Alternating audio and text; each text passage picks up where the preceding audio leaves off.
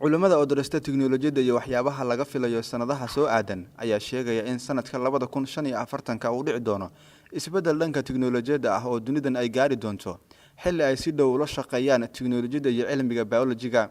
Maamulaha dhanka engineerinka iyo daraska mustaqbalka tiknoolajiyada ee shirkadda Google, Ray Kurzweil ayaa ka hadlay waxyaabo ay ka fikirayaan xilliyada dambe oo ay ka mid yihiin in ay filanayaan in horumar gaar ah oo tiknoolajiyada la tiigsado marka la gaaro sanada 2045. taasina kama dhigna ayuu yiri in aadanaha ay dhibaato u tahay gaar ahaan marka laga hadlayo maskaxda macmalka ah ee robotka oo dad badan ay ka cabsi qabaan in ay shaqo la'aan ku ridi doonto dad fara badan. Waxa uu yiri aadanuhu waxa uu noqon doonaa mid ka maskax wanaagsan xilliga hadda iyadoo lagu taageeri doono aalado robot ah oo caafimaadka iyo kobcinta garaadkiisa wax ka tara. Waa sida uu sheegay Kurzweil.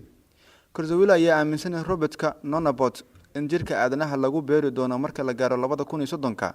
dhiigeenana ay ku socon doonto robot kaas ayaa ilaalinaya si joogto ah caafimaadka qofka. Maskaxdeennana waxa ku xirnaan doona ayuu yiri maskax dheeraad ah oo garaadkeena fikirka si weyn uga kobcisa. Caalam kale oo dhanka mustaqbalka tiknoolajiyada oo darasa oo la yiraahdo Dave Evans oo ah aasasaha shirkadda Strangby ayaa isna soo bandhigay fikrad aad uga ogdowtan Kurzweil.